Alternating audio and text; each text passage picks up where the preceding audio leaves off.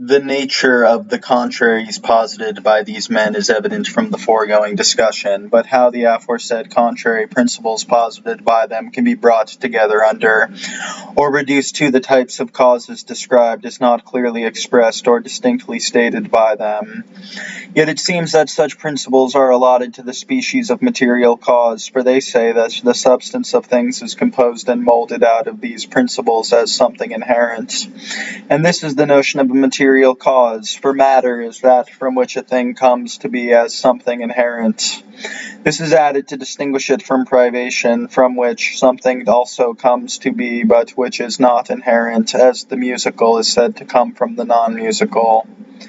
Lecture 9, Elements. Lecture 9, Eleatics and Pythagoreans' opinions. But there are some who spoke of the whole as if it were a single nature, although the statements which they made are not alike with regard to either their acceptableness or their conformity with nature. Therefore, a consideration of these men pertains in no way to the present investigation of causes, for they do not, like certain of the philosophers who suppose being to be one, still generate it from the one as matter, but they speak of this in another way, for the others assume motion when they generate this whole, whereas these thinkers says it is immobile. Yet their opinion is relevant to the present investigation to some extent, for Parmenides seems to touch on unity according to concept, and Melissus on unity according to matter.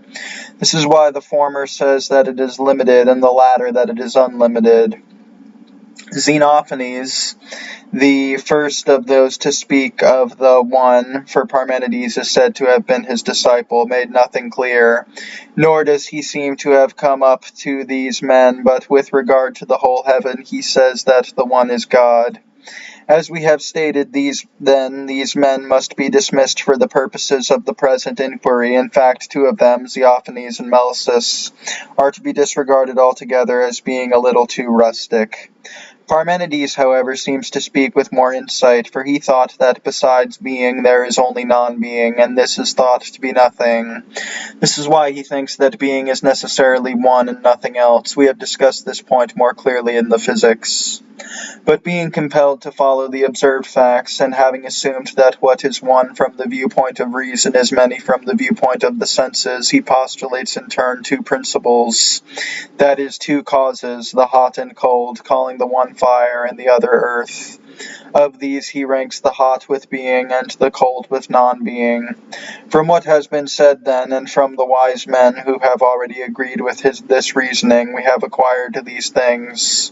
From the first philosophers we have learnt that the principle of all things is bodily, because water and fire and the like are bodies, and for some we have learnt that there is one bodily principle, and from others many, although both suppose that these belong to the species of matter. And from others we have learned that in addition to this cause there is the source from which motion begins, which some claim to be one and others two. Down to the Italian philosophers then, and independent of them, others have spoken of these things in a more trivial way, except that, as we have said, they have used two kinds of causes, and one of these, the source of motion, some thinkers consider as one and others as two. Now the Pythagoreans have spoken of these two principles in the same way, but added this much, which is peculiar to them. They did not think that the limited, unlimited, and one are different natures, like fire or earth or anything else of this kind, but that the unlimited itself and the one itself are the substance of the things of which they are predicated, and this is why they considered number as the substance of all things. These thinkers then have expressed themselves thus with regard to these things, and they began to discuss and define the what itself of things, although they treated it far too simply. For they defined things superficially, and thought that the substance of a thing is that to which a given definition first applies, just as if one supposed that double and two are the same, because that to which the double first belongs is the number two. But perhaps to be double is not the same as to be two, and if it is not, then the one itself will be many. This indeed is the conclusion which they reached. From the first philosophers and others, then, this much can be learned. Unitarians. Here he gives the opinions of those philosophers who spoke of the whole universe as one being, and in regard to this he does two things. First, he gives the opinion First, he gives the opinion which they held in common, and second, he shows how consideration of this opinion is relevant to the present treatise, and how it is not therefore a consideration. He says then that there were certain philosophers other than those just mentioned who spoke of the whole, that is, of the universe, as if it were of one nature, as if the whole universe were a single being or a single nature. However, not all maintained this position in the same way, as he will make clear below. Yet in the way in which they differ, their statements are neither acceptable nor in conformity with nature. None of their statements are in conformity with nature because they did away with motion and things, and none of them are acceptable because they held an impossible position and used sophistical arguments, as is clear in Physics Book 1. Therefore, a consideration, here he shows how a consideration of this position pertains to the present investigation and how it does not. He shows first that it has no bearing on this investigation if we consider their position itself. Second, that it does have a bearing on this investigation if the reasoning or method behind their position is considered at. Yet their opinion, he says then, that since these philosophers held that there is only one being and a single thing cannot be its own cause, it is clear that they could not discover the causes. For the position that there is a plurality of things demands a diversity of causes in the world, hence a consideration of their statements is of no value for the purposes of the present study, which deals with causes. But the situation is different in the case of the ancient philosophers of nature, who held that there is only one being and whose statements must be considered here. For they generated many things from that one principle as matter, and thus posited both cause and effect. But these men with whom we are now dealing speak of this in a different way, for they do not say that all things are one materially, so that all things are generated from one matter, but that all things are one in an absolute sense. The reason for this difference is that the ancient philosophers of nature added motion to the view of those who posited one being and one principle, and said that this one being is mobile, therefore different things could be generated from that one principle by a certain kind of motion, that is, by rarefaction and condensation, and they said that the whole universe with respect to the diversity found in its parts is generated in this way. Yet since they held that the only change affecting substance is accidental, as was stated above, the conclusion then followed that the whole universe is one thing substantially, but many things accidentally. But these thinkers said that the one being which they posited is immobile in an absolute sense, therefore a diversity of things could not be produced from that one being. Since this being is immobile, they could not posit any plurality in the world, either substantial or accidental. Yet their opinion, here he shows how their opinion is relevant to the present inquiry. First, he deals with all these thinkers in general.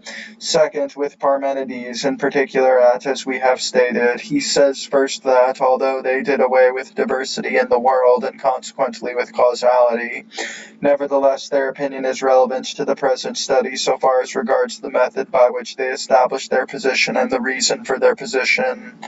Parmenides, who was a member of this group, seems to touch on unity according to concept or according to form, for he argued as follows: besides being, there is only non-being, and non-being is nothing. Therefore, besides being, there is nothing, but being is one. Therefore, besides the one, there is nothing. In this argument, he clearly considered the concept itself of being, which seems to be one, because nothing can be understood to be added to the concept of being by which it might be diversified. For whatever is added to being must be other than being, but anything such as this is nothing. Hence it does not seem that this can diversify being, just as we also see that differences added to a genus diversify it, even though these differences are outside the substance of that genus. For differences do not participate in a genus, as is stated in the Topics, Book 4. Otherwise, a genus would have the substance of a difference, and definitions would be nonsense if when a genus is given and the difference were added. Granted that the genus were the substance of the difference, just as it would be nonsense if the species were added. Moreover, a difference would not differ in any way from a species. But those things that are outside the substance of being must be non-being, and thus cannot diversify being. But they were mistaken in this matter, because they used being as if it were one in intelligible structure and in nature, like the nature of any genus. But this is impossible, for being is not a genus, but is predicated of different things in many ways. Therefore, in physics, It is said that the statement being is one is false, for being does not have one nature like one genus or one species. But Melissus considered being in terms of matter, for he argued that being is one by reason of the fact that being is not generated from something prior, and this characteristic pertains properly to matter, which is ungenerated. For he argued in this way, whatever is generated has a starting point, but being is not generated, and therefore does not have a starting point, but whatever lacks a starting point lacks an end, and therefore is unlimited. And if it is unlimited, it is immobile, because what is unlimited has nothing outside itself by which it is moved. That being is not generated, he proves thus. If being were generated, it would be generated either from being or from non-being, but it is not generated from non-being, because non-being is nothing, and from nothing nothing comes. Nor is it generated from being, because then a thing would be before it came to be, therefore it is not generated in any way. In this argument, he obviously treats being as matter, because it is of the very nature of matter not to be generated from something prior. And since limitation pertains to form and unlimitedness to matter, Melissus, who considered being under the aspect of matter, said that there is one unlimited being. But Parmenides, who considered being under the aspect of form, said that being is limited. Hence, insofar as being is considered under the aspect of form and matter, a study of these men is relevant to the present investigation, because matter and form are included among the causes. But Xenophanes, who was the first of those to say that everything is one, and therefore Parmenides was his disciple, did not explain by what reasoning he maintained that all things are one by arguing either from the viewpoint of matter or from that of form. Hence, with respect to neither nature, that is, neither matter nor form, he does not seem to come up to these men, that is, to reach and equal them in their irrational manner of arguing. But concerning the whole heaven, he says that the one is God, for the ancients said that the world itself is God. Hence, seeing that all parts of the universe are alike insofar as they are bodies, he came to think of them as if they were all one. And just as the foregoing philosophers held that beings are one by considering those things that pertain either to matter or to form, in a similar way these philosophers maintained this position regarding the composite itself. As we have stated, his aim here is to explain in a special way how the opinion of Parmenides pertains to the present investigation. He concludes from the foregoing that since these men did away with the diversity of the world, and therefore with causality, all of them must be disregarded so far as the present study is concerned. Two of them, Xenophanes and Melissus, must be disregarded altogether because they are a little too rustic. That is, they proceeded with less accuracy, but Parmenides seems to have expressed his views with more insight, that is, with greater understanding. For he employs the following argument: besides being, there is only non-being, and whatever is non-being is thought to be nothing. That is, he considers it worthy to be nothing. Hence he thought that it necessarily followed that being is one, and that whatever is other than being is nothing. This argument has been treated more clearly in Physics, Book 1. But even though Parmenides was compelled by this argument to hold that all things are one, yet because they appeared to the senses to be many things in reality, and because he was compelled to accept what appeared to the senses, it was his aim to make his position conform to both of these, that is, to what is apprehended both by the senses and by reason. Hence he said that all things are one according to reason, but many according to the senses, and inasmuch as he held that there is a plurality of things according to the senses, he was able to hold that there is in the world both cause and effect. Hence he posited two causes, the hot and the cold, one of which he ascribed to fire, and the other to earth, and one of these, the hot or fire, seemed to pertain to the efficient cause, and the other, colder earth, to the material cause. And lest his position should seem to contradict the conclusion of his own argument that whatever is besides being is nothing, he said that one of these causes, the hot, is being, and that the other cause, the one besides being, or the cold, is non-being, according to both reason and the truth of the thing itself, and is a being only according to sensory perception. Now in this matter he comes very close to the truth, for the material principle which he held to be earth is not an actual being. And in a similar way, too, one of the two contraries is a privation, as is said in physics. But privation does not belong to the intelligible constitution of being. Hence, in a sense, cold is the privation of heat, and thus is non-being. From what has been said, here he summarizes the remarks which have been made about the doctrines of the ancient philosophers, and in regard to this, he does two things. First, he summarizes the remarks made about the doctrines of the ancient philosophers of nature. Second, those made about the doctrines of the Pythagoreans who introduced mathematics at now the Pythagoreans. Therefore, from the above remarks, he concludes first that we learn the causes which have been mentioned from the foregoing philosophers who adopted the same opinion that the material cause is the substance of things, and who were already beginning by the use of reason to know the cause of things by investigating them. For from the first philosophers we have learned that the principle of all things is bodily. This is evident from the fact that water and the like, which are given as the principles of things, are bodies. However, they differed in this respect. Some, such as Thales, Diogenes, and similar thinkers, claimed that there is only one bodily principle, whereas others, such as Anaxagoras, Democritus, and Leucippus, held that there are several bodily principles. Yet both groups, that is, both those who posited one principle and those who posited many, placed such bodily principles in the species of material cause. And some of them not only posited a material cause, but added to this the cause from which motion begins. Some held it to be one, as Anaxagoras did in positing intellect, and Parmenides did in positing love, and others to be two, as Empedocles did in positing love and hate. Hence it is clear that these philosophers who lived down to the time of the Italians or Pythagoreans and were independent of them, that is, who had their own opinions about reality and were unaware of those of the Pythagoreans, spoke obscurely about the principles of things, for they did not designate to what genus of cause such principles might be reduced.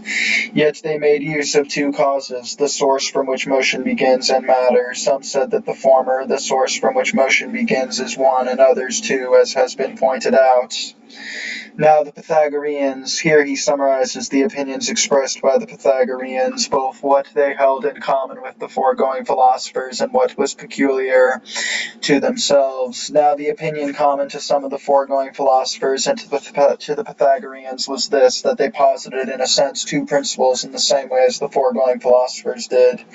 For Empedocles held that there were two contrary principles, one being the principle of good things and the other the principles of evil things, and the Pythagoreans did the same thing, as is clear from the coordination of contrary principles which they posited. However, they did not do this in the same way, because Empedocles placed these contrary principles in the species of material cause, as was stated above, but the Pythagoreans added their own opinion to that of the other thinkers. The first thing that they added is this: they said that what I call the one, the limited, and the unlimited are not accidents of any other other natures, such as fire or earth or the like, but claim that what I call the one, the limited, and the unlimited constitute the substance of the same things of which they are predicated. From this they concluded that number, which is constituted of units, is the subject of all things, but while the other philosophers of nature posited the one, the limited, and the unlimited, they nevertheless attributed these to another nature, as accidents are attributed to a subject, for example, to fire or water or something of this kind. The second addition which they made to the views of the other philosophers is this: they began to discuss and to define the what itself, that is, the substance and quiddity of things, although they treated this far too simply by defining things superficially, for in giving definitions they paid attention only to one thing, because they said that if any given definition were to apply primarily to something, this would be the substance of that thing, just as if one were to suppose that the ratio double is the substance of the number 2, because such a ratio is found first in the number 2, and since being was found first in the one rather than in the many, for the many is composed of ones, they therefore said that being is the substance itself of the one. But this conclusion of theirs is not acceptable, for although the number 2 is double, the essence of two-ness is not the same as that of the double in such a way that they are the same conceptually as the definition and the thing defined. But even if their statements were true, it would follow that the many would be one, for some plurality can belong primarily to something one. For example, evenness and the ratio double belong first to the number 2. Hence it would follow that the even and the double are the same, and it would likewise follow that to which the double belongs is the same as the number 2, so long as the double is the substance of the number 2. This indeed is also the conclusion which the Pythagoreans drew, for they attributed plurality and diversity to things as if they were one, just as they said that the properties of numbers are the same as the properties of natural beings.